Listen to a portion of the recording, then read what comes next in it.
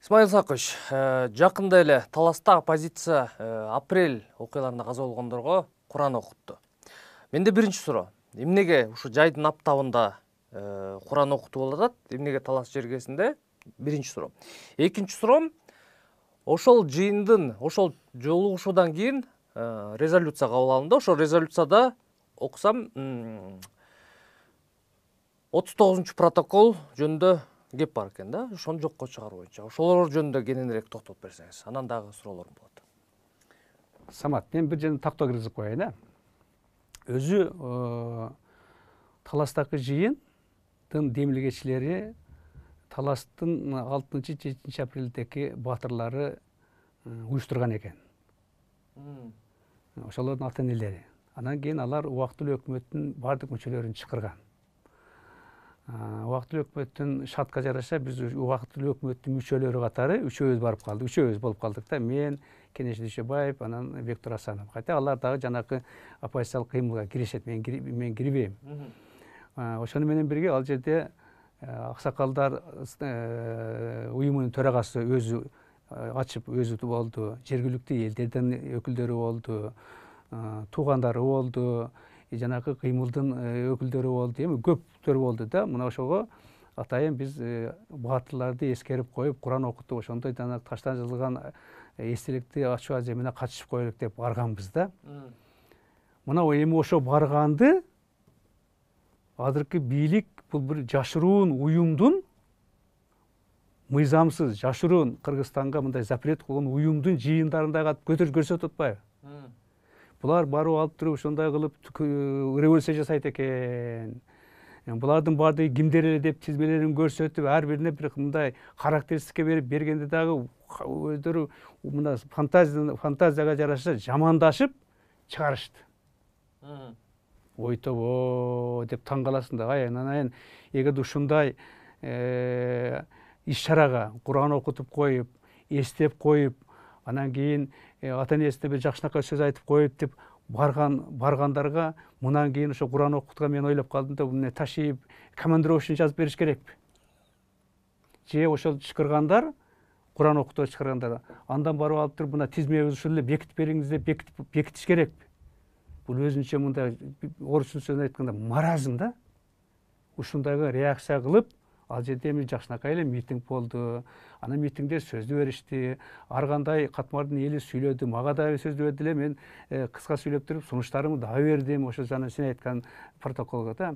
Ошондуктан бул жерде алардын өкүлдөрү отурду. Жанакы милициянын областтык уюмунун жетекчиси гражданский менен жүрдү. Мага көрсөтүштү, мынакы жүрүшөт деп.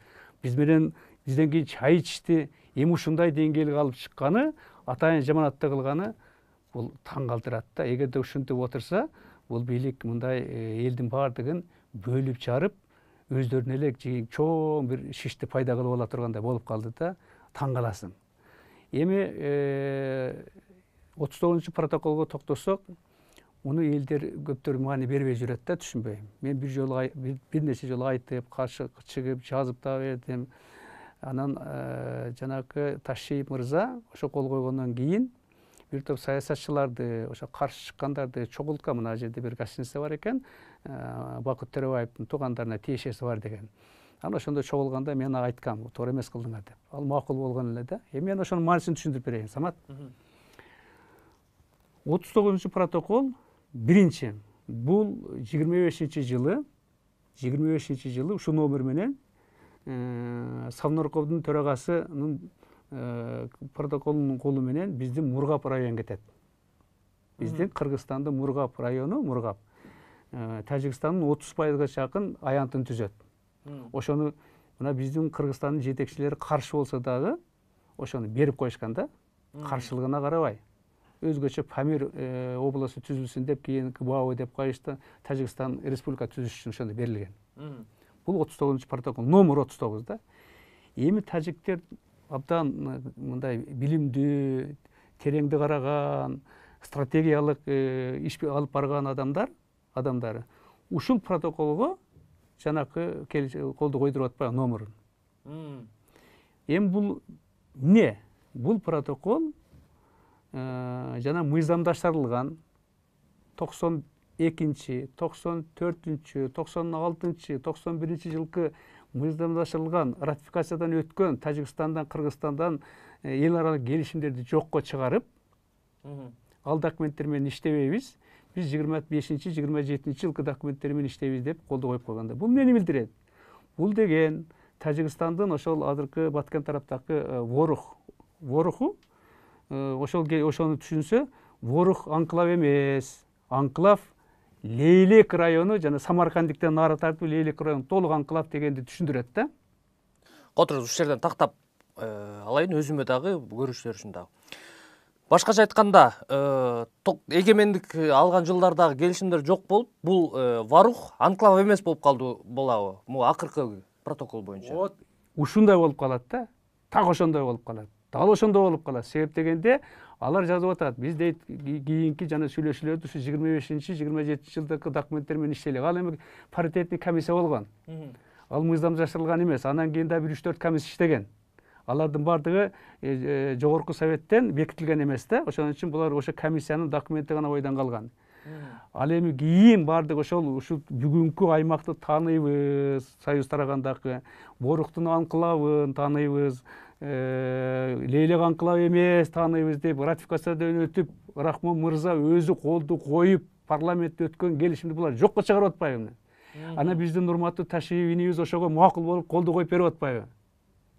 Бул Кыргызстанга жасаган кыянаттык жана кылмыш.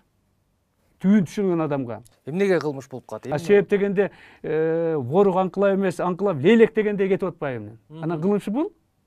Же кылмыш эмес? Мына мисал, Адахан Кимсанбаевичти кол койгон эмес, берди деп жана көчөнү. Ал болгону аныктагыла, тактагыла гана деп колду койгон мурункулар дегенге чыккынчы деген сөзгө чейин айтып, иш козгошуп, жогорку мына жогорку кеңеште алардын маселесин карап, мен жана комиссия барып түшүндүргөндөн кийин аны токтошподум. Уят болосуңар дегенден кийин. Мына бул кол койбогон адамга кылмыш чыккынчы деп туруп иш козгоп атат. Кол коюп, моюнга алып,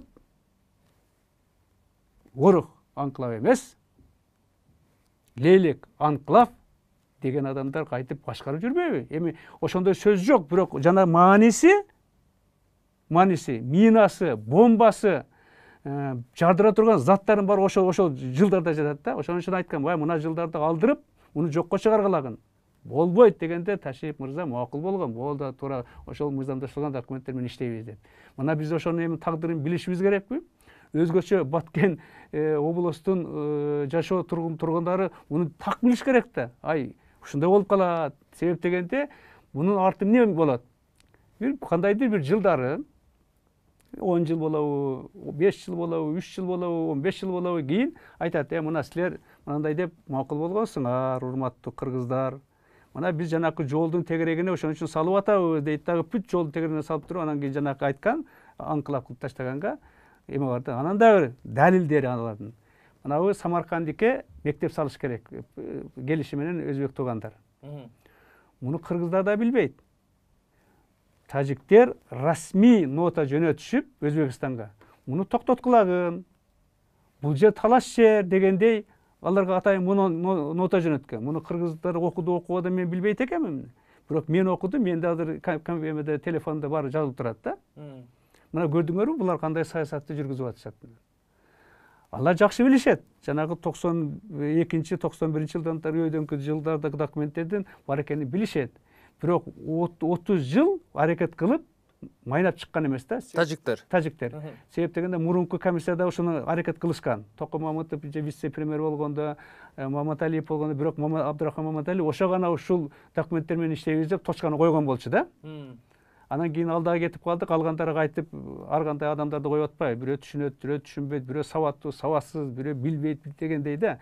Мына ошонун кесепети жанакы комиссияга кирген мүчөлөрү, же болбосо ошол тармак боюнча адистер аны жакшы түшүнүп түшүнбөй, жанакы Ташиев мырзаны дагы мындай ыңгай сабалга алып келип койду да. Бул эми билбейт да. Чын айтканда өзүнүн жана өткөн иши боюнча карасаң, ал граница менен эч качан алек болгон эмес.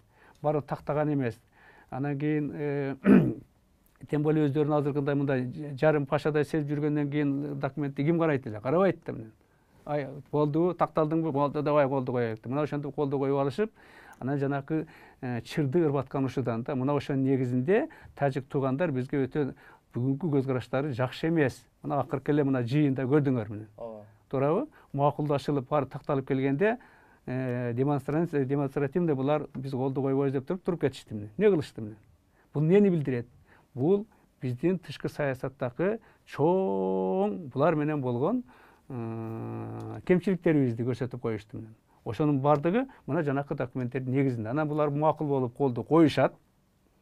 А бирок биз окшогондор айтып койсок айтып артка кетип, анан айтат силер эмнесиңер? Биликпи, билген жок. Анан дагы бир нерсе бар да. Мына ушуларды айтып, ай инилер ката кетип жатасыңар. Оңдогула деп жакшынакай ниет менен келечектеги кийинки жоопкерчиликтен буларды сактап калган бизге не кылып атат? Күпүлдөп, ооздарынан эле жанакы буусу чыгып, бүрүнкүдөй күлүңөрдү көккө сапырам дегендей сөздү сүйлөп атпайбы? Рахмат айтканын ордуна.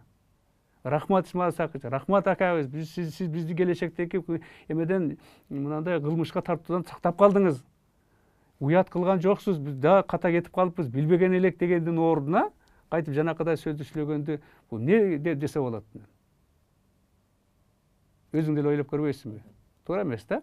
Ошондуктан биз ушуну түшүндүрүп коелук деп. Мунун түбүн түшүрүш керек. Ошо койгулуп атканда дипломаттык кагаздарды жазганда анын мындай эң маанисин түшүнүш керек. Башында жакшынакай сөздөр болушу мүмкүн. Ой, окуп алып туруп эле жырга коммунизм курасың, баары нормально да. Бирок бир илинчекти жанакыда илип койду, болду. Аны кийин дипломаттар гана билет да. Аны түшүнгөн адамдар айтат. Ай, ушундай деп. Ошонун негизинде бул 39 протоколду жокко чыгарып, публично элге жайыш керек. Урматтуу кыргыз элим, эми ката кетип калгандыр, мен түшүнбөпмүн, билбепмин, ошентип мынандай документ негизинде мен жокко чыгардым деп бизди ишендириш керек да. Азыр айткан сөзгө эч ким ишенбейт, бүгүн бир эртең экинчисин айтып атышпайбы?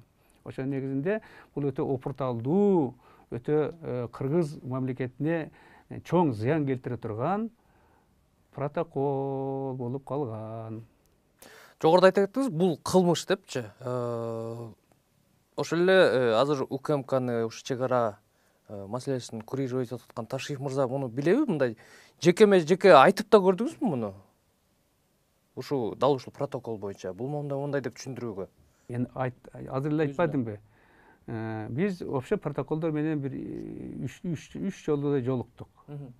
Мурун Ташкенттеги протокол боюнча дагы түшүнүп туура деп моюнга алган да. Кийин ушу протоколду колду коюп келгенде эл дагызуучу чыга баштаганда кээ бирлери мындай түшүнүгү барлар, бул артында бир нерсе бар окшойт дегенде, ал ошондо айтпадымбы, жана саясатчыларды каршы чыккан журналисттерден ар кандай катмарлардан чогулткан экен, мен дагы чакырышкан экен. Мына жерде бир гостиница бар экен, атын унутуп калдым. Ошо Бакыт Төрөбаев тосуп алды, анан сурасам мен туугандарым деп жооп берген да. Ошол жерге чогулуп ар ким Нурулуу Досбол болгон, Текебаев болгон, көптөр болгон да. Журналисттерде мен тааныгандан Акмат Айданбек болгон, Акматов Айданбек, андай бир топтор болгон. Ошондо мен айткам, ай иним, бул протокол туура эмес кылыпсың. Мынабы документтерге таянып жасаган бул опурталдуу туура эмес деп. Анан мен ошондон жанагы 90-90 жылдардан тартып ратификацияланган келишимдердин негизинде гана мыйзамдаштырылган, алар макул болгон, алар парламентти өткөрүп берген, ошолордун гана негизинде иштегиле десеңден макул болгон менен. Туура айтасыз ака, ошо менен иштейбиз деп. Анан аты кимне айтыш керек? Бул протоколду бир тараптуу жокко чыгарсак болобу, мисалы үчүн биз? Болот, себеп дегенде мындай да бардык жанакы сүйлөш иштери бул мыйзамдын чегинде болуш керек да. Мыйзамдын чегинде болгондо мыйзамдашылган жанакы документтер 92-чи, 94-чү, 96-жылы тажиктер менен өзүнчө келишим болгон да. Мына ошолор 91-чи. Мына ошолордун негизинде гана айтыш керек болчу, биз мына акыркы мыйзамдаштырылган, силер макул болгонсуңар. Ратификацияны өткөн, ошол жердеги жанакы аймакты тааныйбыз, чек араны биз кынтыксыз макул болуп, кийин бузбаганга кепилдик беребиз деген сөздөр бар. Муну ошонун негизинде гана иштейбиз, силер мынаны тааныгансыңар. карталарды алып чыгыш керек болчу. Мына карта, мына ишенбесеңер мына Союздун картасы, ишенбесеңер мына аскердик карта, ушул жерде барып мындай анкылап болуп турат. Силер ошого макул болбодуңар беле? Эгердеги макул болбосоңор ошо келишимдердин биринде биз ушу Варук маселеси боюнча макул эмеспиз деп жок дегенде бир мындай жазууңар барбы? Өзү ошондой болот да. Өзү ратификация болгондо ошондой болот да. Бир пунктка макул болбосо айтат, мен мына пунктты өзүнчө кийин караймын деп. Бирөөндө дагы андай сөз жок. Баарына макул болушкан. Демек, алар баарын билет. Ошон үчүн жанакыдай көп муну ырбата албай жүрүшкөн. Узартып, ушул окшогонду кийин келип калса бир чече коебуз дегендей ыргытып койгон да. А биз болсо капканга түшпөдүк, түшүнбөйм. Мына ошол барарда баары даярданып барыш керек. Документтерди караш керек болчу, окуш керек болчу, ар бир жалган сөздүн маанисин түшүнүш керек болчу да. Карталарды алыш, анан кийин барыш керек. Анан жөнөкөй эле барып алып, баягыда өзүңөр көрбөдүңөрбү? Эмне деген гана сөздөр чыккан жок. Эми ушундай деңгээлдеги аны кайталаштан да уяласың. Бирок ошондой болсо дагы айтып коелу, жанакы биринчи барып келгенде Өзбекстан менен айткан сөзүн отуруп ойлойсуң да, бул эмне деген жетекчилер болуп калган депчи. Жана 100 гектарды бердим эле, анан көрсө ал жерде чек ара заставасы бар экен, анан бизге экен кой элисин бердим деп мына өзүнүн үйүндөгү бир мүлктү бергендей айтып атканда андай чечилбейт да маселе. Туура андай нерсени айтыш керек эмес да. Анын үчүн абдан даярданып, кат даярданып барыш керек да. Эгер билбесең, баарын сураш керек болчу. Билген адамдардан жаман көрсөң дагы айтып бериңизчи, же болбосо кагаз менен жазып бериңизчи. Биз кийин мамлекеттин кызыкчылыгы үчүн кийин биз уят болуп калбайлык десе ким жардам бербейт? Тем более мен ошол илгертен бери ушу чек ара маселесин иликтеп, чек аралардын баарын коюп жүргөн адаммын да. Биринчи жанакы Кыргызстанга чек арачы өзүбүздүкү болсун деп эң биринчи барып жанакы 90-жылдардын башында, аягында ал убакта чек ара кызматынын федералдык кызматтын жетекчиси Тоцкий деген болгон. Мына ошо менен мен барып Москвага ошондо колду коюп келгем. Мына ошонун негизинде Бишкекте биздин министр Субанов анан өзүбүзгө чек ара алабыз деп жанакы Кытайлар менен. Ошондо биз алганбыз да 99-жылдан тартып. Анан ошолорду издеп жүргөндө бүт мен чек ара маселесин кыдырып жүргөм. Ар бир жерде билебиз, тем более кийин депутат болгондо иликтеп жүрдүк. Чоң жанакы Акаевдин кемчиликтерин айтып, Конституциялык сотко чейин барып соттошуп да жүрдүк мына өзөн куугуш боюнча. Анан жок дегенде бир сурап коюш керек болчу да. Же сурабасаң да жанакыларды айткандан кийин ошону карап окуш керек болчу. Мунун маанисин. Бирок ал жерде жазылган жок албетте, жанакы элек анкылап деген. Бирок жанакы документтердин негизинде биз окшогон адистер, түшүнгөндөр ошондой болуп калып атат да. Себебинде 25-27 жылкы документтерде ошол талаш болуп, анан кийин биринчи биз ак өткөн. Эртеси түнү менен булар анда тажиктер менен сүйлөшкөн эмеспиз, өзбектер менен сүйлөшкөнбүз. Ал убакта алар өзбектин составында болгон да. Өзбекстандын комиссиясы менен талашып, биринчи бул ушул маселени бизге чечип берген комиссия. Анан булар түнү менен барып алышып, ар кандай сөздөрдү мүмкүн кандайдыр бир ыкмаларды таап, эртеси кайтып өзбектерге чечишкен. Анан бизгилер кайтып жаңжал чыкканда, анан мораторий коюп койгошкон да. Мораторий бул маселе определенный жылга чейин эч ким каралбасын деп. Ошо ойдон жабылып калган маселе болчу. Эми ошону булар секи кылтыйтып алып чыгып, макулдукту алып, колду койдуруп атпайбы. Анан жанакы анда мыйзамдаштырылган документтер четке калып атат да, автоматтык түрдө менен. Биз ошону айтып атабыз, ушундай, мунун түбү мындай, мына каякта жатат булардын хитрлыгы жана жасап бизге салып койгон бомба менен миналары деп. Эми түшүнүктүү болду да. Жогоруда Мадумаров койгон протокол жөнүндө да кеп кылдыңыз да. Ушул протокол эми ачык эле айталы, эл арасында, Мадумаровду колдоочулардын арасында, азыркы бийликтин колдоочуларынын арасында бир катуу кармаштарды жаратып келет да. Мушунун тарыхына бир аз учкай токтолсоңуз. Мындай баарыбызга түшүнүктүү болсун да өзү. Мунун баары мынабы Бакиевден башталган. Бардыгы Бакиевден башталган да. Бакиев ошол Испанияга барганда, жанакы революциядан кийин, Дүйшөмбөгө барганда келишимге болуп келген. бир келишимге. Аны Исфарага барганда экинчи келишимге эме бирдиктүү заявление болгондо бирдиктүү билдирүүдө болгон, эми кыргызча билдирүү. Ошо билдирүүдө бул чоң азыркыдай тажиктердин даярлаган документине колду коюп, илинчекти илдирип койгонмун. Мен канча жолу айттым, көптөр маани бербей жүрөт да. Анан ушунун негизинде кийин жанакы тажиктер менен келишимди Сулайманов, Нурлан Сулайманов деген инибиз түзөт. Келишимди губернатор болгондо бул киши. Ал министр. Министр. Жол министри болгон. Ошто ушу келишимге ошону колду коет. Ошонун алдында тажиктер мындай өздөрү бир чырды чыгарып коюп туруп, онон кийин сөз биз мындай өздөрүнүн ыкмаларына көндүрүп койдуруп көнүп калганда, анан ошонун алдында чыгарышат дагы мадыматтарды Бакиев жөнөтөт. Өз интервьюсунда эле айтпады, жөнөттүм деп. Бул комиссия менен барат. Баргандан кийин ошол Бакиев жазып келген келишимди ошону тактагылагын, ошо келишимдеги жана пункттарын тактагылагын дагы бизде мындай дипломаттык жол менен маалыматты бергилде биринчисине келет. Экинчи жана бере турган жериңерди аныктагылагын деп туруп, аны экинчи экөөгөнү аны колду коет. Ал бергин, алгын деп, мына эки тараптан түшүнүп түшүнбөй өздөрү окубай да, эки тараптан. Анан кийин шу чыгарып, аксакалдарды биз сыйлаган, урматтаган аксакалдарды чыгарып, атахан сатып жиберди, берип жиберди, тиги кылды деп айтып жүрүшпөдү. Эми бизде ушундай адамдар уят да, ошолорду өздөрү окуп жок дегенде окуп туруп айтыш керек да, окуп тактап туруп айтыш керек да. Анан ушуларды көрүп, ошолордо алек болгон адам катары анан мен чыктым, кой, точкону коюп коеюнчу. Себеп дегенде 11-жылы депутат болуп келгенибизде, биз жана убактылуу өкмөттөн кеткенден кийин келгенде, ушу маселе ошол ратификация болуш үчүн жанагы биринчи булар 3,5 километр жерди беребиз деген. Бакиев учурунда. Анан кийин 3,5 километр жерди бербей, жана кыштактын үстүнөн да, северный деп туруп, северный түндүк жагынан. Анан кийин аны 275 метрге макул кылышат. Кой, ал жерге үй салынып калды, дарактар өсүп кетти деп туруп, жана чатактын негизинде дагы 270 түшүрөт. Жанагы Чорку айылынан өткөн жолдон деп. Чорку айылынан өткөн жолдон деп. Мынаны окуш керек да. Ошондой жолдор Чорку айылынан өткөн жолду. Жанагы талашкан жер Чорку айылынын ортосунан өткөн эмес. Ал вообще ага тиешеси жок көчө менен. Бул ошо көчөлөрдү булар кармап алып, туу көтөрүп, кыйкырып, эми эл экен да, телевизордон берип атса, айтып атса, ишенет турбайбы.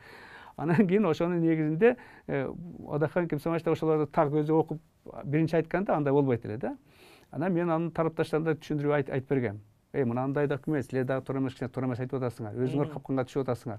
Мына документтер бар менде деп көрсөтүп, ал эмес бир эмеге доскага жазып түшүндүрүп да бергем да. Анан ошодон кийин түшүнүп кете баштаган. Мына ошонун негизинде тажиктер дайым ушундай ыкмаларды колдонуп, Бакиевдин жанакыдай бул 2-3 жолу ошондой документтерге кол койгондо, туура эмес документтерге. Анан Сулайманов колду койгон, ошо өкмөттүк келишим катары колду койгон, ратификация болбой калып калган.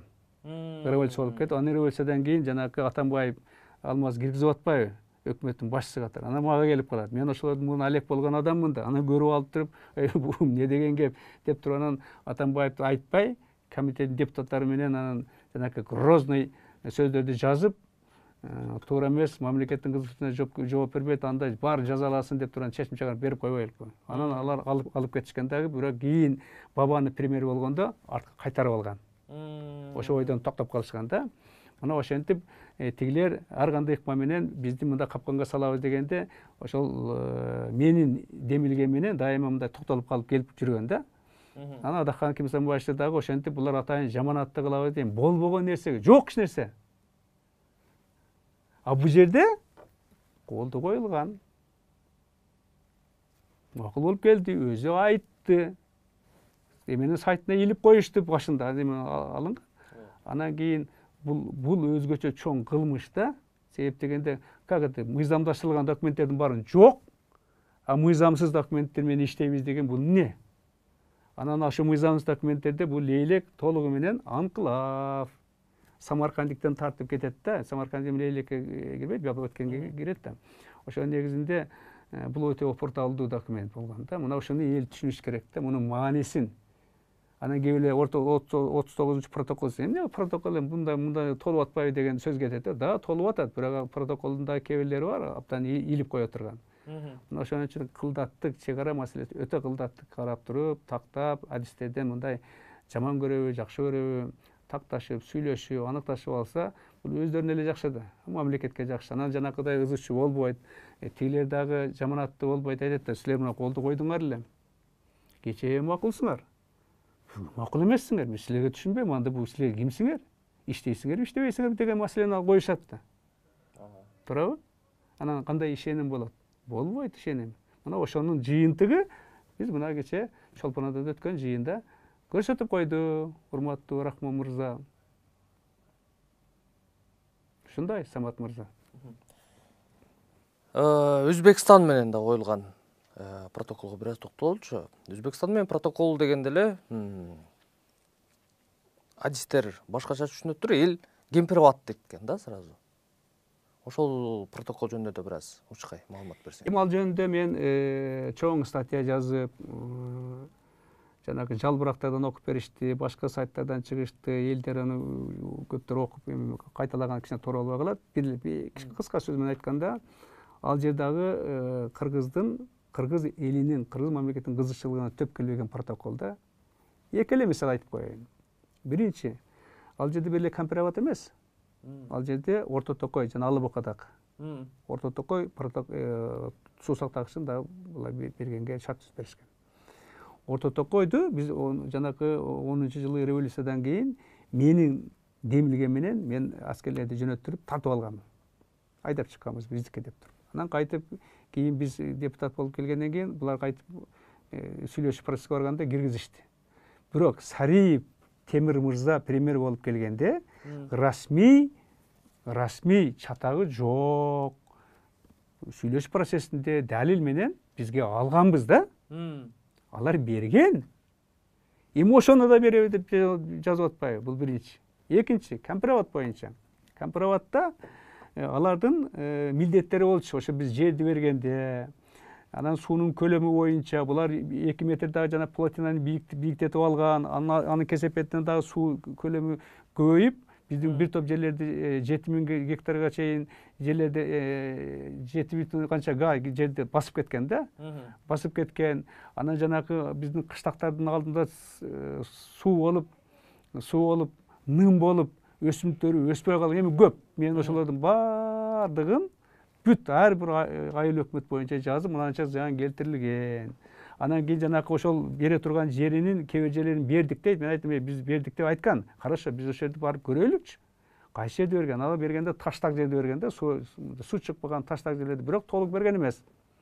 Андан башка 219 канча километр булар канал салыш керек болчу, кийин аны 70ке кыскартышып, аяк баягы 170-190 километр канал жанагы Бүргөндү массивине чейин канал салып бериш керек болчу. Бүргөндү ал жерден биз бир канча миң гектарларды өздөштүрүш керек болчу да. Булар аны салган жок. Андан башка суунун көлөмү боюнча ошол каналга, ошол жерге бергенде мынанчадай көлөм суу барыш керек болчу. Ал барбай бүт өзбектердин. Анан ошону эсептеп келип, мына бизге мынанча зыян тарттык. Өзбекстан мынанча пайда тапты. Андан башка биздин жерди, биздин жерге, биздин сууга булар ГЭС куруп алып туруп, мынанча пайда тапты. Эми сүйлөшкөндө жок дегенде ошо суу ГЭС, мына суу биздики, жер биздики. Эми часын кээ бир жерин алар беришкен 4000 канчасын, калганда ошо негизинде ошо паритеттик негизде силер электр энергиянын мына ошончо процентин бизге тапкан прибылды берип тургулагын, бергилегин, мына ончо зыян келтиргениң үчүн мунанын баарын төлөгүлөгүн деген сөздү айтыш керек болчу да. Аны айтпай туруп анан улар чак этип жанакыдай кылган, бул мынандай да, жеке менчик. Сен бирөөгө карыз бергенде эле айтасың да, ай токто, мен 10 жыл болду. Мисал үчүн да бир 10 000 сом акча бердим эле. Мен ошону иштесем мынанча табат элем, мынча зыян учурадым, анан мындай болду деп айтасың да. Булар как будто бир эме болсо, анан жанагы дренаж салабыз деп ошо салбай, жана биздин жерлердин жана урожайнасы түшүп калган, үйлөрдүн алдын ным басып келген. Эң жаманы ошол бир период болгон, даже жанагы өтүп кеткендерди көмүгө көмө албай калган да. Себеби дегенде ным болуп алды, суу болуп менен. мына ушундай зыянга учураганбыз, элибиз ушундай кордолду, ошон үчүн канчалаган мигрант болуп кетишти. Биз ушулардын баарын төлөп беришиңер керек. Силер бизге мындай достчулук менен бергенбиз. А силер болсо ушуну түшүнүшүңөр керек деп жакшынакай айтса, ким түшүнбөйт? Бүт жазып айтып берсе. Мына Мирзиёев, президент урматтуу Мирзиёев, бул ошо суу адис да. Бул ар бир мындай тамчы суунун баасын билген киши. Каримов учурда 14 жыл премьер-министр болду. Өзү ошо суу өтө начар жерде чыккан, мына өскөн жигит да. Ошонун негизинде ал абдан түшүнөт эле да. Ал айтат эле да, туура кыргыз туугандар, эми ушундай болуп калыптыр, анда мындай кылайлык деп анан өздөрүнүн сунушун айтса, ким барбайт? Далил менен айтсаң, жакшынакай сөз менен айтсаң, анан барып эле биз беребиз деп шак колду коюп беришет. Бир автобус берди, бир нерсе кылды, ура деп келет, колду. Анан кийин бул жерден элдиге айтып түшүндүрсөң эле кайтып артка кеткенден кийин ал айтат, бул эмне деген жетекчилер. Мына ошондуктан ал дагы мына Тажикстанга дакыдай эле протоколдун экөө барабар да. Себеби дегенде суу бул байлык. Суусуз эч нерсе болбойт. Жашоо болбойт, өсүмдүк болбойт. Анан кийин биз ошолордун баарын берип атпайбы. Анан мен айтып чыккан ошол жана эменин суу сактагычтын алдындагы ылай топтому ал чоң удобрение. Аны дагы далилдеп чыккам. Аны дагы көрсөтүп айттым. Мен жок дегенде ушунан. Андан балык өстүрөйлүк. Четтерине биз болсо жанагы демалуучу жайларды салдырайлык. Канчалаган бизнесмен, канчалаган адам бир жыл бала берет да мына. Ошону бирок өзбектер эмне кылды, өзбек туугандар? Алар сразу эле жанагы колду койгондон кийин кассеталарын чыгарып, зона отдых болот, тиги болот деп уруп бүткүл дүйнөгө жайдыргенге барышты да мына. Эми токтоп калды, туурабы? Бирок биз да ушуну азыр билишибиз керек. Токтой, эмне болду жигиттер менен? Анан кийин эгерде ушинте берсе, бул биз кыргыз элинин, кыргыз мамлекетинин кызыкчылыгын коргойбуз деп келген адамдар мындайды жасабайт да. Анда мындай жасаса биз айтышыбыз керек, кой өзүңөр да кыйналбагылагын, бирөөнү да эме кылбагылагын, анда ар ким өзүнүн тамагын ичкиле, колуңардан келбесе, анда бошоткула деген сөз чыгып кетсе ыктымал да. Туурабы? Ооба. Ошондуктан ушул окшогон сөздөрдү айтып, жакшынакай сунуштарды айтса, булар жанакыдай башкача нукка алып кеткени бул кичине мындай туура эмес да. Анын артынан өздөрүнө эле мындай залал өзүнө тиет, бизге да тийбейт. Эми бир эки убакыт жаманаттан кылышат, жанакы өздөрүнүн жана акча берген журналисттер бар экен, ошолорду чыгарттырып, болбогон нерселерди айттырып, каралатып, эми ал адам баары өтпөдү, ал бүттү да.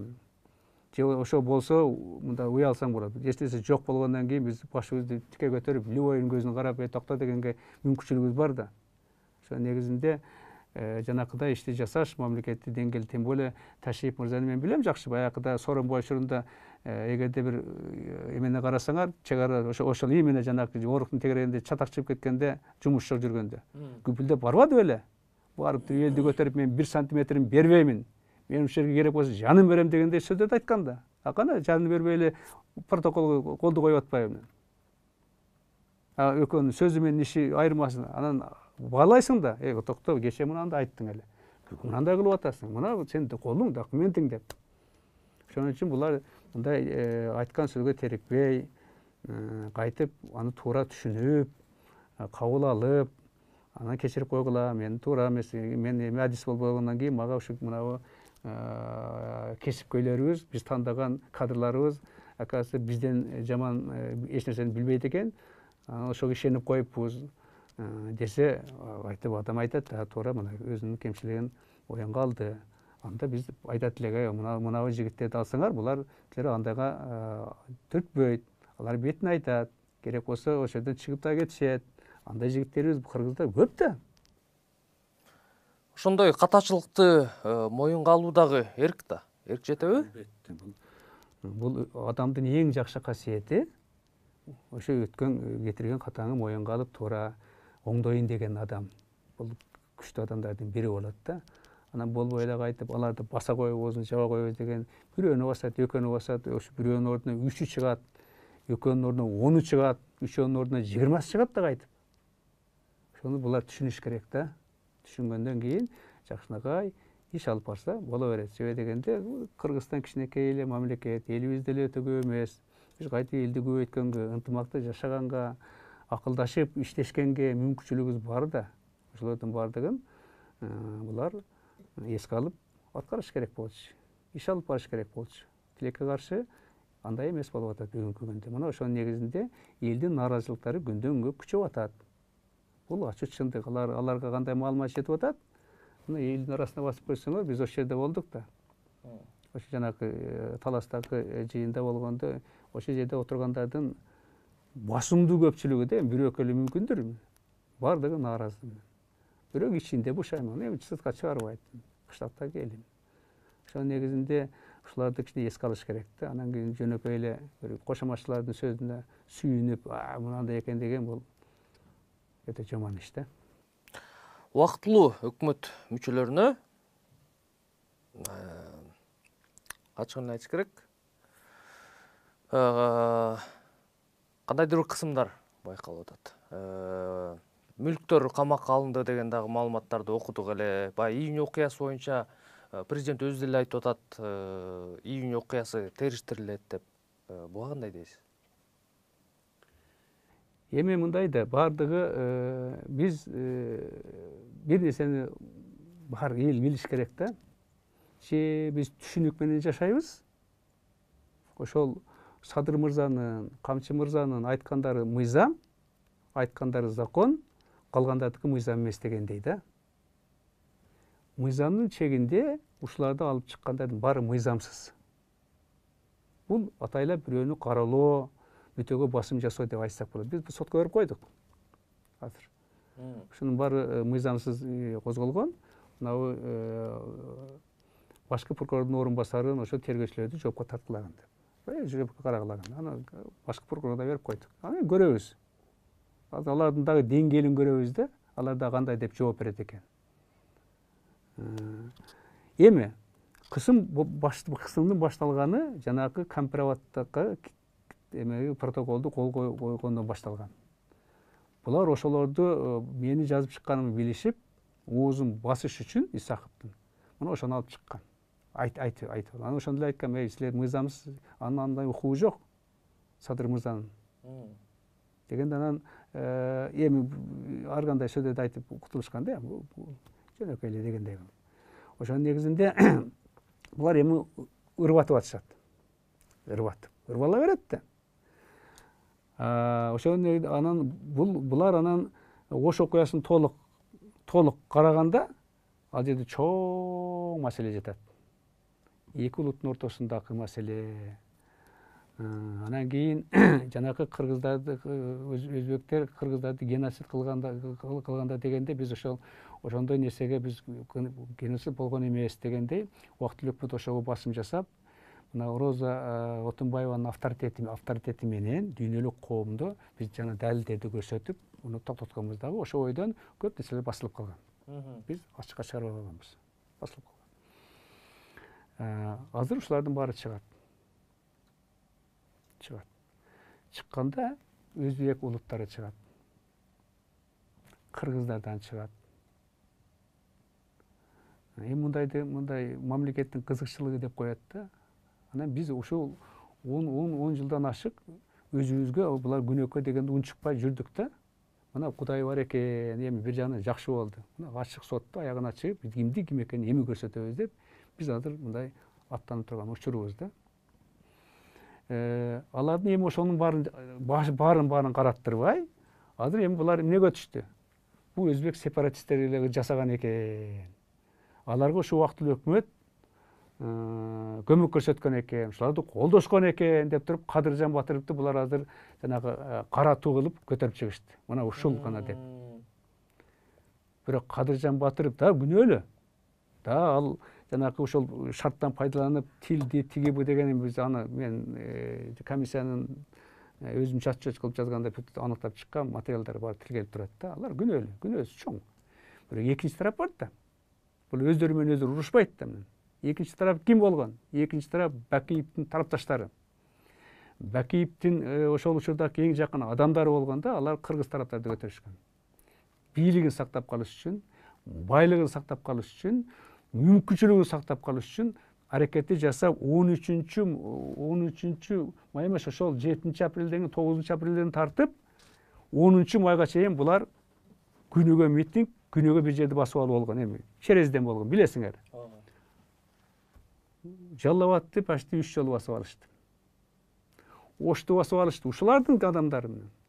Анан барына майнап чыкпагандан кийин акырында 19 майда булар телефон менен Жаныш Бакиев менен Максим Бакиев экөө сүйлөшүп, мына бизге чыгып атышат, эми фамилияларын айтпай эле коеюн. Бизге чыгып атат, булардын адамдары бар экен, булар акча сурап атат.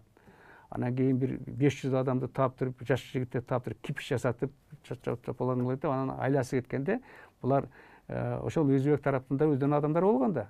Себептен мурунку депутаттар болгон, жакындары болгон, байлыктарын мындай көбөйткөн адамдары болгон. Аларды аяк тараптан үгүттөшөт, биякты буларды үгүттөшөт дагы. Мына ошодан дагы булар жанакыны чыгарганда аягында. Ошол менен биз мына окончательно убактылуу өкмөттү эл арасында авторитетин кетирип, булардын колдорунан эч нерсе келбейт экен дегенди жасап, тилекке каршы биз 4 күндүн ичинде, мына мен башында туруп, милиция деморализован бул. Элдин баары билет. Эми гана герой да, азыр чыгып атат. Ай бизден деморализован бул.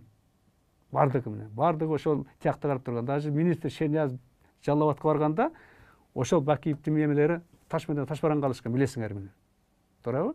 Мына ошентип ошого чыгарышкан да. Эми ушулардын баарын алат дагы Кадыржан Батыров качып кеткен, өлүп калды деп атпайбы? Ал өлүп калганын булар ошо бийлик барып текшериш керек болчу. Ошо заключениесин көрүш керек болчу, өзүн көрүш керек болчу. Себеби дегенде бул кылмыш иши козголуп, кылмышкер адам да менен. Өлдү дегенде эле бирөөнү генеральный прокурор, бийлик жөнөтүш керек болчу. Барып карап, ошол жерден мына заключениясы деп аны алып келип көрсөтүш керек болчу. Андай болгон жок. Биз азыр айтып атабыз, хорошо. Ал ошентип айтыптырбы? Алар эми эмнени айтып атат? Исаков чыгарган деп. Айнана мен өмүрүмдө бир жолу көргөм. Бир жолу көргөн, ошо мен чыгарат экенмин да. Өзүнчө бул жомок да. Анан кийин ошол азыр айтып атабыз да, Кадырбы Батырды алып келгилегин. Биз менен беттештиргилегин. Себеп дегенде силердин документиңер жок. Заключение жок. Аны катып коюп бир жакта жүрөсүңөр мүмкүн. Ошолордун көмөктөш болуп. Барыңар билесиңер. Деп да, эми ушуну алып чыгып, атайлы убактылуу өкмөттү жаманатты кылып дагы кылыш керек. Эми акырында муну дагы азыр көрүшүп, будан майнап чыкпай, кайтып стрелка башка жака бурулуп кетет дегендей түшүнүшүп, себеби дегенде тергөөдө кээ бир сөздөр айтылып кетип атат да. Жаның чыкканда кээ бирлери айтып атат. Эми бизге баягы болгондо айтып атабыз. Эми мүлктөргө түштү. Анан кесе жакында жанакы канча дейт 300 миллионду жанакы сатып алды деп айтып чыккан тур сурап атпайбы? Сатып алды эме башкы прокурор болбодубу менен? Элмирза мырза. Ошону мен билем, ал чыгарган эмес, убактылуу өкмөт жегендей деп сурап атпайбы? Сатып алды деген ким? Именно бул жигиттер ушул 7 апрелге чыкканга негиз жүз берген жигиттерди. Мыйзамдуулукту сактабай, Бакиев тараптарга кошомат кылып, алардын буйруктарын аткарып, элди кысып, мына ушулар алып чыккан да. Күнөөлөр ушулар да. Эми булар ушул азыр ушул мунаны алып чыкты эле, мына каякта дегенде суроону коюп, как будто убактылуу. Аны да ордуна коюп айтып берет биздин ошо финансисттер ким алек болгондор менен. Мына көрдүңөрбү? Ошонун негизинде эмне кылыштын билбей, эптеп элдин башын башка жака буруп, булар көрдүңөрбү, булар зло, Кыргыздын эң чоң злосу убактылуу өкмөт дегенде, убактылуу өкмөт биз 29 октябрда или декабрдабы 10-жылы тараганбыз. Указ бар. Убактылуу өкмөт тарады деп. 10-жылы ошо жыл аягында да, октябрбы, декабрь, мен азыр точно цифраны айтсам ката кетип калбайын. Ошо 2 айдын бири октябрь, 29-число да, же декабрда биз убактылуу өкмөт тараган деп чечим чыгарып, уже башкалар келишкен. Биз кеткенбиз. Биз жанакылардын баарын жасап коюп, тынчтыкты орнотуп коюп, шайлоону өткөрүп коюп, анан баарыбыз кетип калганбыз да. Мына иштегиле деп ошондо ата журт келишкен да. Естественно, алар Бакиевдердин колдоосу менен ошолордун бизди жаманатты кылып, алар мындай кылды деген башкача нукка буруп кетип, эл ошондо эйфорияга өлүп кетип, ура дешип колдошкондо биринчи орунду алып келишкен. Мына чыныгы демократияны ким орноткон? Бирөөнө кысым болгон эмес. Бирөөнү токтотолду биз ошондо. Биз айтканбыз, эл каалаганын колдосын деп. Эгерде биз каалаганда алар чыкпайт эле. алардын барын мындай отургузуп койсо болот эле. Бирок андайга барган жок да. Биз жаманаттык кылбай, наоборот, болду эми болор, аны мына көрсүн эл. Чыныгы демократиялык выбор кандай болот деп 10-жылы кандай болгонун баары билесиңер мына.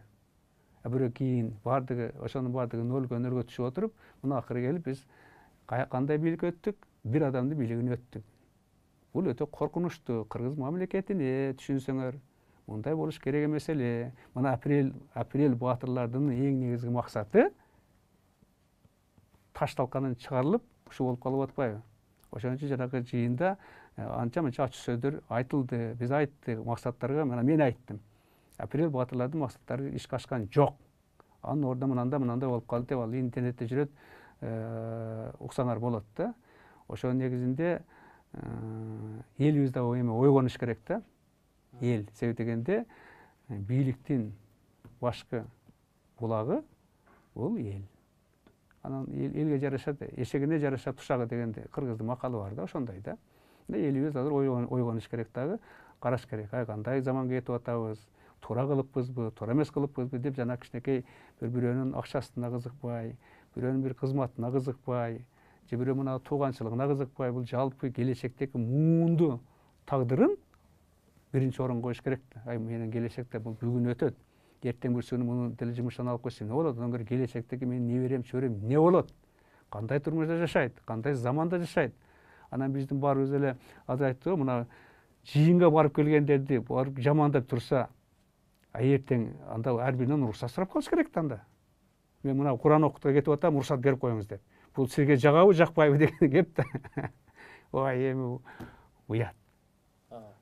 Бакиев жөнүндө көп сөз болду. Акыркы убактарда Бакиевди актоо аракети башталды деген сөздөр көп айтылып атат. Буга сиз кандай карайсыз? Мен да ошону айтып атам. Бул көрүнүп эле турбайбы? 24 жылга камалган. Мына ошол камалган кылмыш баары билишет. 7 апрелди ким чыгарды? Эл чыгарган жок да. 7 апрелге ким жеткирди? Суроо. 7 апрелге кимдин бийлиги жеткирди мен? Мына азыр фамилияларын айтып кеттим. Бакиевдин бийлиги жеткирбедиби? Баласына башкартты, инисине башкартты, туурабы? Анан кийин каалагандай кылышты. Эмне деген гана мыйзамдарды канча жолу конституцияны өзгөрттү. Эмне деген мыйзамдарды кабыл алышкан жок. Каалагандай кылып, ошого нааразы болуп, ал эмес чакы мына ГЭСтерди, Севере ГЭС, Восток ГЭСтерди жакан сатабыз деп Северин да сатып ийбеди менен. Бааларын көтөрөбүз деп. Мына ошого каршы чыкпадыбы эл менен. Эми апапак. Эл ушуну билиш керек да, айнанайын. Да, мен деле бирөөнү жаман көргүздү, мындай жаманатты кылып атайын айтпайм эч качан. Ушуну эл деген билиш керек да. Эми кээ бир журналисттер жазып атат, ушундай өз мындай экономика өнүккө дүркүрөп келген дейт. Бала өнүккөн эмес. Мына коргоо министри мен болгом. Мамлекеттин өзүнөн ошол жана атайын кап строительдерге бир тыйын алдырбай, өзүм мурунку чөнтөктөрүн ар кимге түшкөндөрдү чогултуп, спец счеттетирип, ошонун эсебинен баарын салдыргам. Баары билет эмне кылганыбызды менен. Андай ырыбак болгон эмес коргоо министринде. Эгерде ишенбесе барып көрүшсүн, мына университеттин ичине кирип көрүшсүн, лицейдин ичиндеги библиотекаларды, казармаларды көрүшсүн. Мына Токмокто спецназга чоң городок салдыргам. Мына жерге госпиталь салдыргам. 5 күнгөгө чоң сезанттык центр салдыргам. Мен келишим менен колду коюп, бирок аягына мен жетпей калдым да, бирок бир тыйын албай мамлекеттен, бир тыйын кетпейм. Анан ошолордун бардыгын бул жасаган деп аны Бакиев тактаган. Уят, анан Садыркулду ким өртөттү? Слипченкону ким өртөттү? Бечара жанакы шопурунда эмне күнөө? Аны ким өртөттү менен? Мен эми ойлоп атам да, жанакы инимдин айткан сөзүнө, күлүңү көккө сапырам дегенде. Бакиевдер мүмкүн айтып аткандыр, мүмкүн. Мен ошондо ката кетирип, мен ушулардын күлүн көккө сапырсам эч ким билбей калат эле. Жок да. Эми силер жасасаңар күлүн көккө сапыргылагын.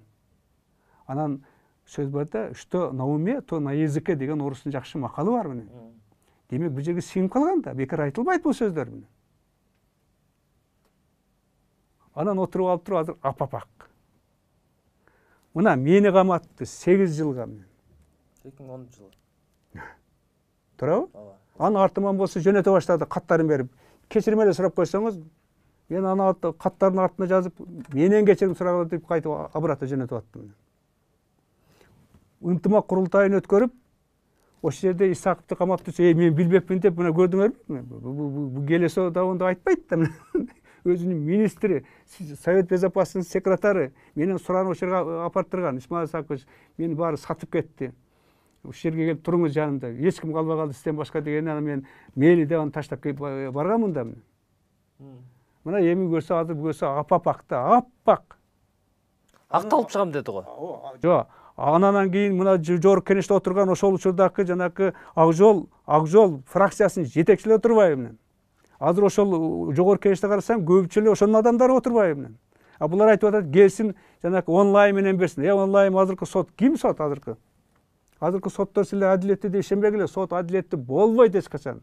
Мен аны жана жогорку соттун төрагасы болгондо дагы айттым эле.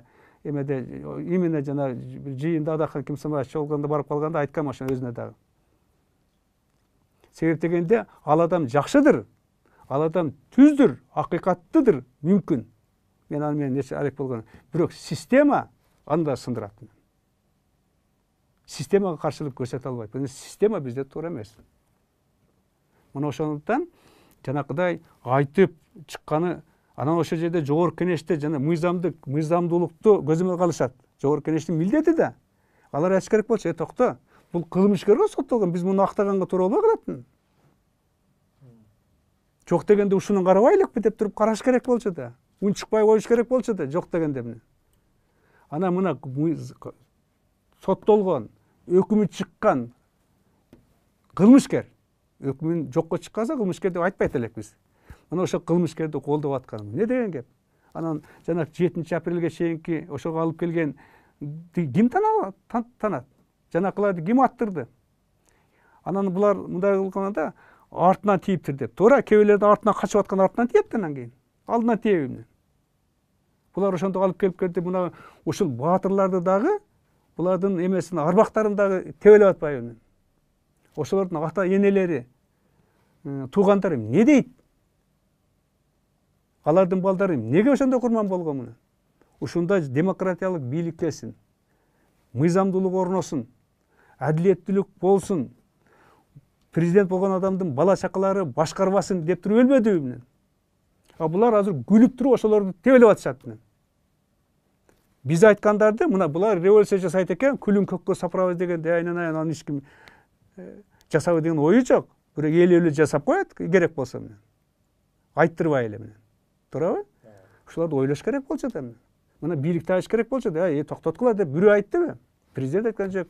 Президент мыйзамдуулуктун Конституциянын кепилдиги менен.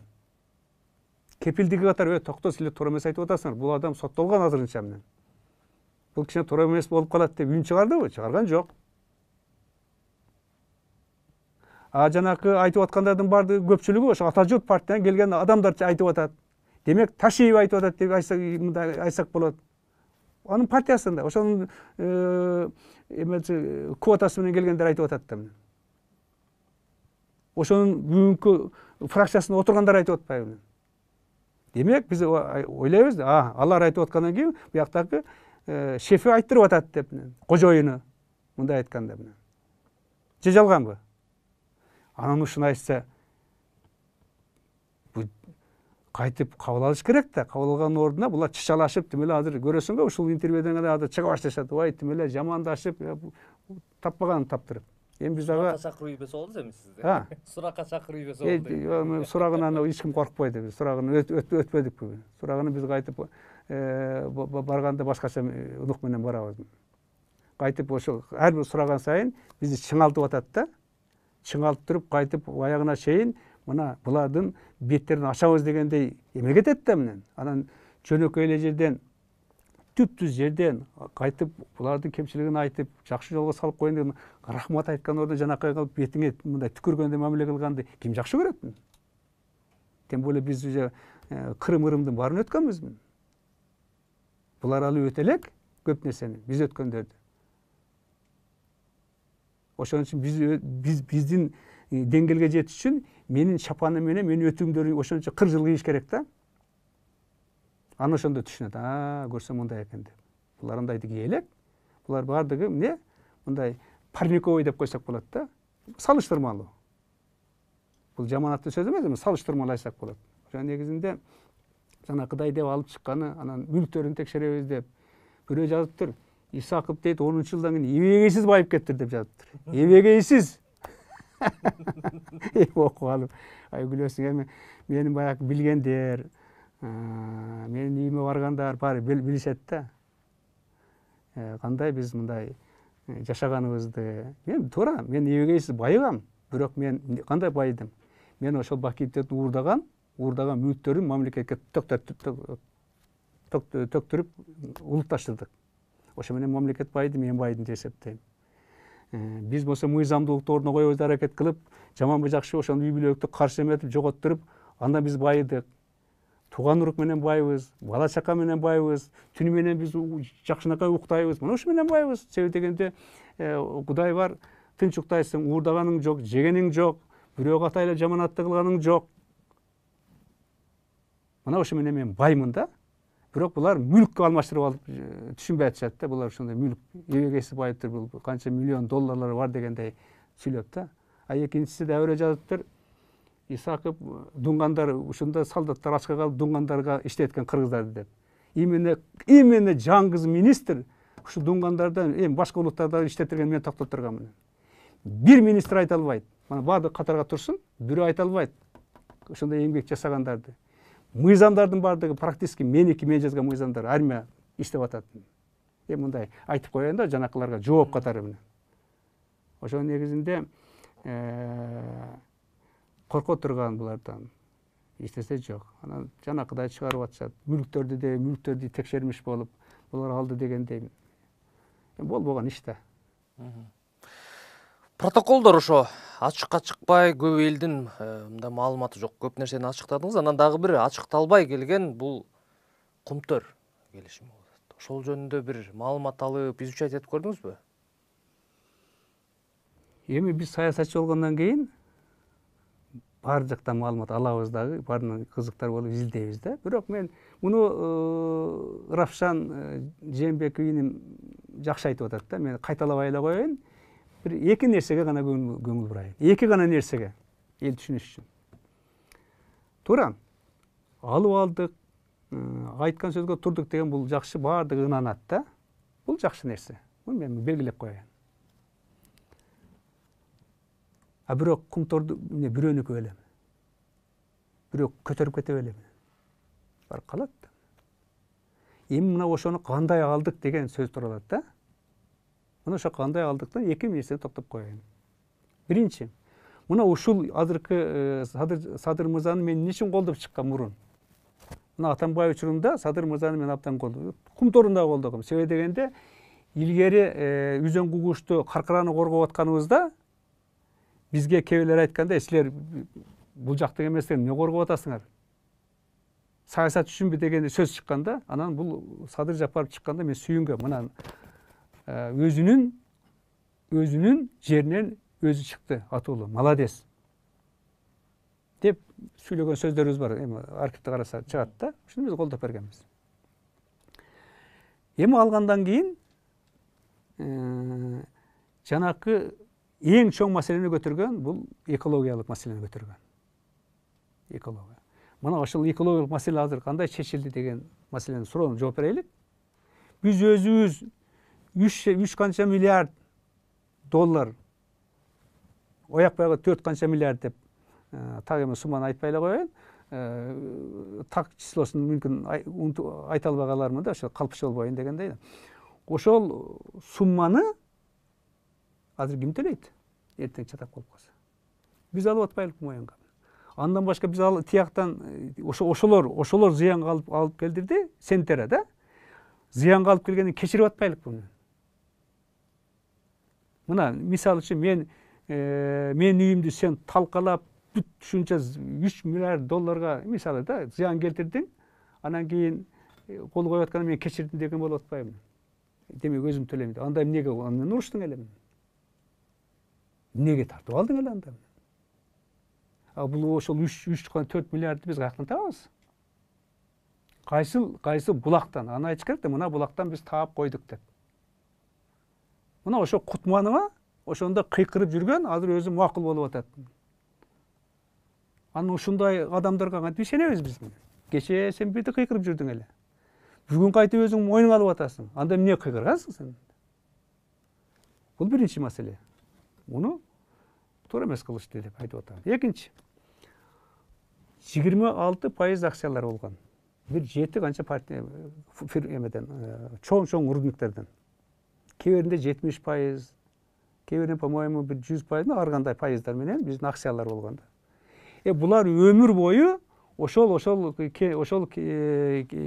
кен ишкана бүткүчөктүк биз ошолордон алып турушубуз керек да, күнүгө, болбосо да ар бир айда. Биз ойдон баш тартып атабыз. Азыр Центеранын акциялары жөнүндө сөз болуп атат. Кумтөрдүк эмес, 26%. Жок, ошо биз жанакы кийинки ылдый биздин түшүргөндө ошо жанакы акцияларды сатып алганбыз да, ошон үчүн биздин процент ылдый түшүп калган. Биз айтып атпайбы, эмне үчүн ошондо ылдый түшүп, 20 канча процент түшкөндө эмне үчүн түшүп калды, ушунча ылдый дегенде биз ошолорду сатып алганбыз да. Элдер муну түшүнүш керек. Мына ошол акцияларыбыз, то есть башка мына сенин ишканаңда, тигинин ишканасында, ар кимдин ишканасында жетиби, ошондой ишканада, 9 ошондой ишканада биздин акциялар бар. Алардын пайыздары 70%га чейин ар кандай, мен так айтпай эле коеюн, аттары дагы чет тилдеги аттар, аны керек болсо биз кагаз түрүндө бергенге болот да. Мына ошол акциялардын бардыгынан баш тарттык. Экинчи, үчүнчү нерсе, биз дүйнөдө баскынчы болуп калдык. Баскынчылар менен бир өнүккөн өлкө экинчи иштебейт. Жаңы технологияны бербейт. Жаңы технологияны бербейт. Ошон үчүн баягыда мен мыйзам жазып чыккам. Чатак болгондо Атамбаев учурунда мен улутташтыруу жөнүндө мыйзам жазып чыккам да, ошону жасаш керек. Бирок карап койгошкон. Мыйзам менен улутташтырганда, анда да алардын жанакы чыгымдарын төлөп бериш керек болчу. Ал үчүн определенный убакытты созуп койсоң болот эле. 10 жыл болобу, 20 жыл болобу, 30 жыл беребиз деп. Бул мыйзамдын чегинде. Бүт дүйнөлүк коом анда кабыл алмак. Да, биринчиден экологияга зыян келтирген экен. Ушунча ущерб деп жанакыларды көрсөтүп, айсы элдин бар экологияга бүгүнү абдан чоң маани беришет да. Туура кыргыздар туура кылган экен, абдан грамотный экен деп биз менен кайтып иштегенге булар умтулушат болчу. Азыр андай болбойт да менен. Баскынчылар менен ким иштешет? Баскынчыларга ким жаңы технологияны берет? Аны эртең миллиард акчаларды коебуз деген инвесторлор айтат, кыргыздар бул ушундай экен. Эртең мен 5 жыл иштесем, экинчи булар кеткенден кийин башкасы келсе, анда башка баскынчылар келип тартып алат. Анын кереги барбы? Деп мына көрдүңөрбү, биз кандай нерсеге алып келип койдук да? Бирок азыр бирөө мына алып алганды силер жаман алып алганга жаман сөз айтып атасыңар деп чыгышат да. Аны түшүнбөй. Эч ким жаман айткан сөз жок. Биз айтып атабыз. Алганда дагы бир мындай өзүңүн кызыкчылыгын коргоп ал. Эл аралык деңгээлде сен дагы кийин жүргөндө болуп ал деген сөз айтып атабыз да. Азыр эми так маалыматты бизге бере элек да. Ушулар эмне болду? Болбосо кийин биз чыгарабыз. Кайсы кенде канча конкреттүү биздин жанакы акцияларыбыз бар эле. Алар канча жыл иштеп, канча пайда табат элек деп бар да. Бирок азырынча биз жообун күтүп атабыз. Ошон үчүн жанакыда Кумтордун маселеси ачык айкын айтылсын деп жанакы жыйында дагы кабыл алышпадыбы менен. Туурабы? Бул абдан туура кабыл алды. Себеби дегенде эл деген элдин мындай да.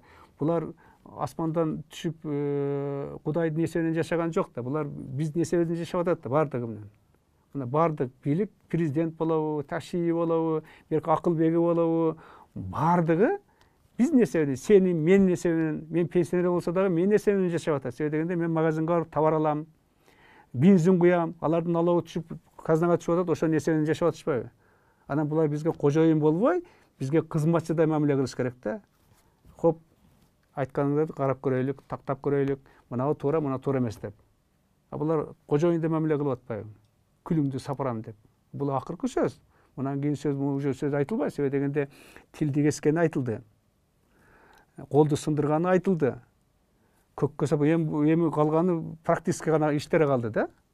Булар ошого даярданып атабы дегендей ой кетет да менен. алар аталардан калган бийлик эмес да. Мындай адамдар тез аранын ичинде кызматтарынан кетиш керек. Өздөрү каалып, өздөрү жазып кетиш керек. Болду, кечирип койгула, мен силерди капа кылып койдум, туура эмес сөзүмдү айтып алдым.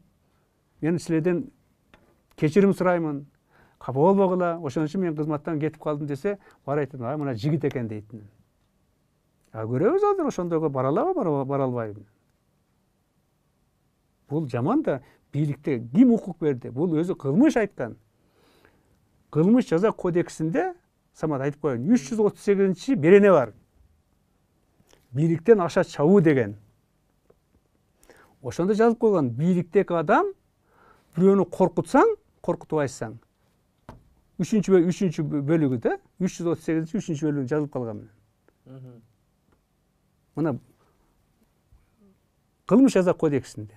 А башкалардыкын болсо эптеп өздөрү мындай таап, өздөрү жасаттырып коюп чыгарып атпайбы? Эми азыр билбейм, мен абдан урматтаган, сыйлаган башкы прокурор инибиз не дейт экен депсе экен, кулак кагышкалы отурабыз. Кандай реакция берет экен, эмне кылат экен, аны да бир көрүп сынап көрөйлүкчү деген мындай күтүү эмесиндебиз да. Убагындабыз азыр. Себеби дегенде мыйзамдын так бирдей аткарышын көзөмөл алган ким? Башкы прокурор. А жанакы сөз бул ошого барып такалып калды да. Эгер билишпесе барып окушсун, өздөрү жазган. Мына азыркы Зулушев инибиз жазбады ушул жакшы нерселерди жазышкан да, булар абдан рахмат ага. Бирок ошондо статьясында ошондой бар. Бийликтен аша чабуу деп коет муну. Азыр мүмкүн биздин катардагы жарандарыбыз, улайга мен окшогон аксакалдар, же болбосо менен улуу жаштар, же болбосо жана оорлар патыратып сотко берсе болот да. Мен ушул айткандан кийин түнү менен уктай албай атам. Уже 3 күндөн бери уктабай, эле канча лекарство алдым. Төлөп бергин деп патырасы иштесе албайт. Справканы алып алып туруп. Булар ушуну түшүнүш керек да менен. Айтканда да этият кылыш керек да айткандычы.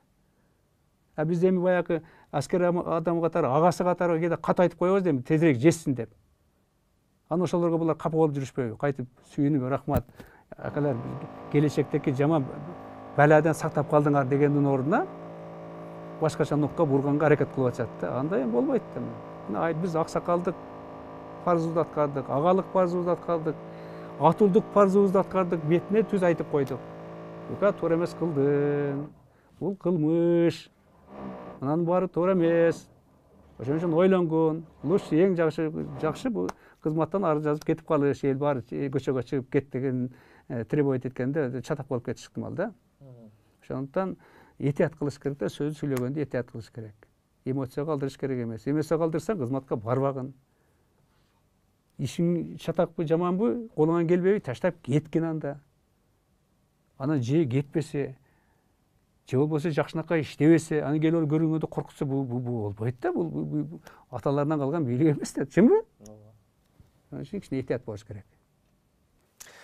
1 сааттан ашык убакыт маек куруп турубуз. Рахмат келип бергениңизге. Чоң рахмат силерге, чакырганыңарга, ийгилик, ден соолук табылгыла.